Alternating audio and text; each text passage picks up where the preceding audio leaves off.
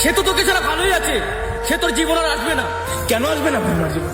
ওকে বললাম আমার জীবন আসতে, ওকে বললাম আমার ওকে ছাড়া কষ্ট হচ্ছে, ওকে বললাম আমার জীবন আসতে, বললাম।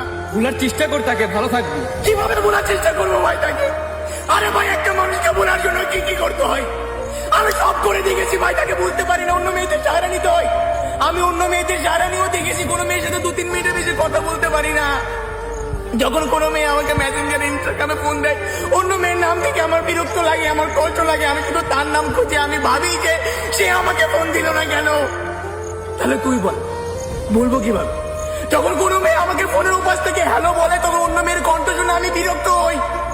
আমি শুধু ভাবি এটা কার কণ্ঠ ভাই, তার কণ্ঠ আমার কানে আসছে না কেন। তাহলে তুই বল, বলবো কিভাবে?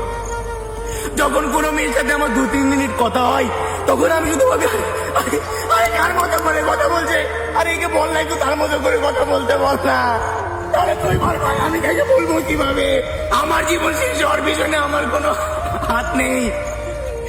একটা মেয়ে আসলো, মিথ্যা মায়া লাগালো, আর জীবনটা শেষ করে চলে গেল।